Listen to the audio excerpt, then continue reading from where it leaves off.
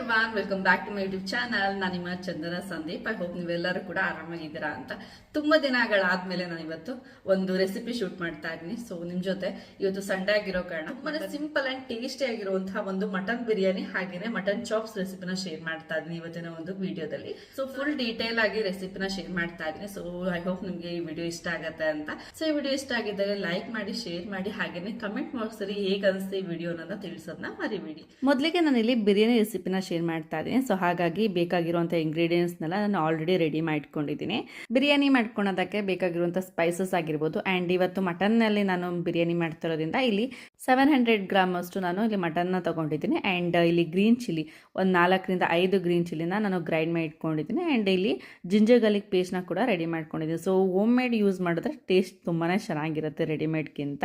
ಹಾಗೆಯೇ onion and tomato ಪ್ಯೂರಿನೂ ಕೂಡ 2 cup ಅಷ್ಟು ಯೂಸ್ ಮಾಡಿದ್ದೀನಿ. ಹಾಗೆಯೇ ಇಲ್ಲಿ 1 ಕಪ್ ಅಷ್ಟು ನಾನು ಕೊತ್ತಂಬರಿ ಸೊಪ್ಪು ಹಾಗೆಯೇ ಪುದೀನನೂ ಕೂಡ ತೊಗೊಂಡಿದ್ದೀನಿ. ಸೊ ಪುದೀನ ಸ್ವಲ್ಪ ಜಾಸ್ತಿ ಇದೆ ಕೊತ್ತಂಬರಿ ಸೊಪ್ಪಿಗಿಂತ. ಬಿರಿಯಾನಿಗೆ ಏನೇನು ಬೇಕಾಗಿರುತ್ತೆ ಮೇನ್ ಆಗಿ, ಸೊ ಅದನ್ನೆಲ್ಲ ನಾನು ಆಲ್ರೆಡಿ ರೆಡಿ ಮಾಡಿ ಇಟ್ಕೊಂಡಿದ್ದೆ. ಸೊ ಇಲ್ಲಿ ಬಿರಿಯಾನಿ ಮಾಡ್ಕೊಳೋದಕ್ಕೆ ಒಂದು ಕುಕ್ಕರ್ಗೆ ನಾನು 5 ರಿಂದ 6 ಟೇಬಲ್ ಸ್ಪೂನ್ ಅಷ್ಟು ನಾನು ಆಯಿಲ್ ಹಾಕ್ಕೊಳ್ತಾ ಇದ್ದೀನಿ.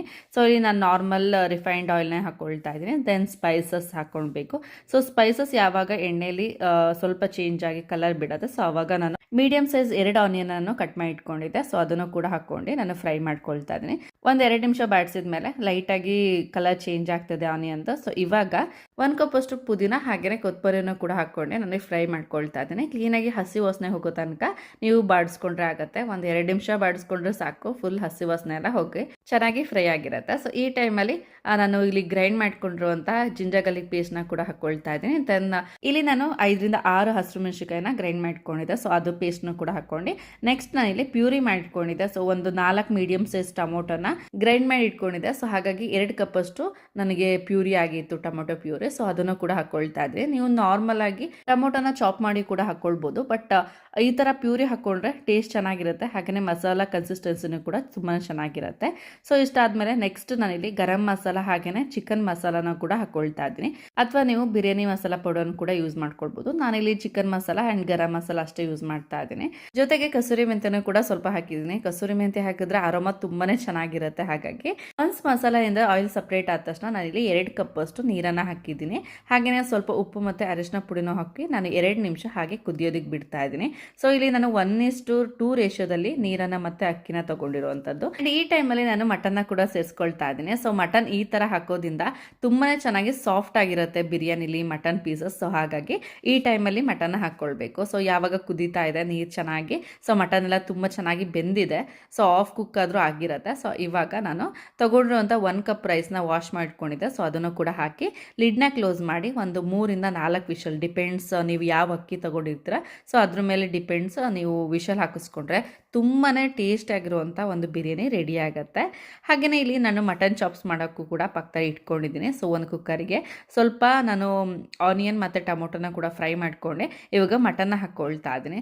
ಆಲ್ಮೋಸ್ಟ್ ಇಲ್ಲಿ 1 ಕಿಲೋ ಅಷ್ಟು ನಾನು ಮಟನ್ನ ತೊಗೊಂಡಿದ್ದೀನಿ ಚಾಪ್ಸಿಗೆ. ಸೊ ಸ್ವಲ್ಪ ಅರಿಶಿನ ಪುಡಿ, ಉಪ್ಪನ್ನ ಕೂಡ ಹಾಕ್ಕೊಂಡೆ. ಕ್ಲೀನಾಗಿ ಒಂದು 2 ನಿಮಿಷ ಹಾಗೆಯೇ ಬಾಡಿಸ್ಕೊಬಿಟ್ಟು ನಾನು ಇಲ್ಲಿ ಸ್ವಲ್ಪ ಪುದೀನ ಸೊಪ್ಪನ್ನ ಹಾಕ್ಕೊಳ್ತಾ ಇದ್ದೀನಿ. ಪುದೀನ ಸೊಪ್ಪು ನಾವು ಯೂಸ್ ಮಾಡೋದ್ರಿಂದ ನಾನ್ ವೆಜ್ ಐಟಮ್ಸ್ಗೆ ತುಂಬ ಚೆನ್ನಾಗಿ ಫ್ಲೇವರ್ ಬರುತ್ತೆ. ಹಾಗಾಗಿ ಸೊ ಇಷ್ಟಾದಮೇಲೆ ಸ್ವಲ್ಪ ನೀರನ್ನು ಹಾಕಿಬಿಟ್ಟು ನಾನು ಲಿಡ್ನ ಕ್ಲೋಸ್ ಮಾಡಿ ಒಂದು 3 ರಿಂದ 4 ವಿಷಲ್ನ ಕ್ಲೀನಾಗಿ ಹಾಕಿಸ್ಕೊಳ್ತಾ ಇದ್ದೀನಿ. ಸೊ 4 ವಿಷಲ್ ಆದರೆ ಕ್ಲೀನಾಗಿ ಮಟನ್ನ ತುಂಬ ಚೆನ್ನಾಗಿ ಸಾಫ್ಟ್ ಆಗಿರುತ್ತೆ. ಹಾಗಾಗಿ ದೆನ್ ಇಲ್ಲಿ ಚಾಪ್ಸ್ ಮಾಡ್ಕೊಳೋದಕ್ಕೆ ಮಸಾಲ ರೆಡಿ ಮಾಡ್ತಾ ಇದ್ದೀನಿ.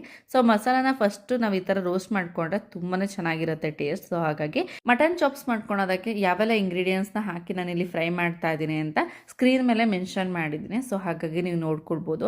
ಇಲ್ಲಿ ನಾನು ಮೊದಲೇ ಹೇಳ್ದಂಗೆ 1 ಕಿಲೋ ಅಷ್ಟು ಮಟನ್ ಅಲ್ಲಿ ನಾನು ಚಾಪ್ಸ್ ಮಾಡ್ತಾ ಇರೋದು. ಸೊ ಹಾಗಾಗಿ ಅದಕ್ಕೆ ಬೇಕಾಗಿರುವಂತಹ ಒಂದು ಮೆಜರ್ಮೆಂಟ್ ಅಲ್ಲಿ ನಾನು ಇಲ್ಲಿ ಫ್ರೈ ಮಾಡ್ಕೊಂಡಿದ್ದೀನಿ. ಸೊ ನಾವು ಮಸಾಲ ರೆಡಿ ಮಾಡ್ಕೊಳೋದ್ರೊಳಗೆ ಅಲ್ಲಿ ಮಟನ್ ಕೂಡ 4 ವಿಷಲ್ ಆಗಿತ್ತು. ಇಲ್ಲಿ ನೋಡ್ತಾ ಇರ್ಬೋದು ಮಟನ್ ಕೂಡ ತುಂಬಾ ಚೆನ್ನಾಗಿ ಸಾಫ್ಟ್ ಆಗಿ ಬೆಂದಿದೆ.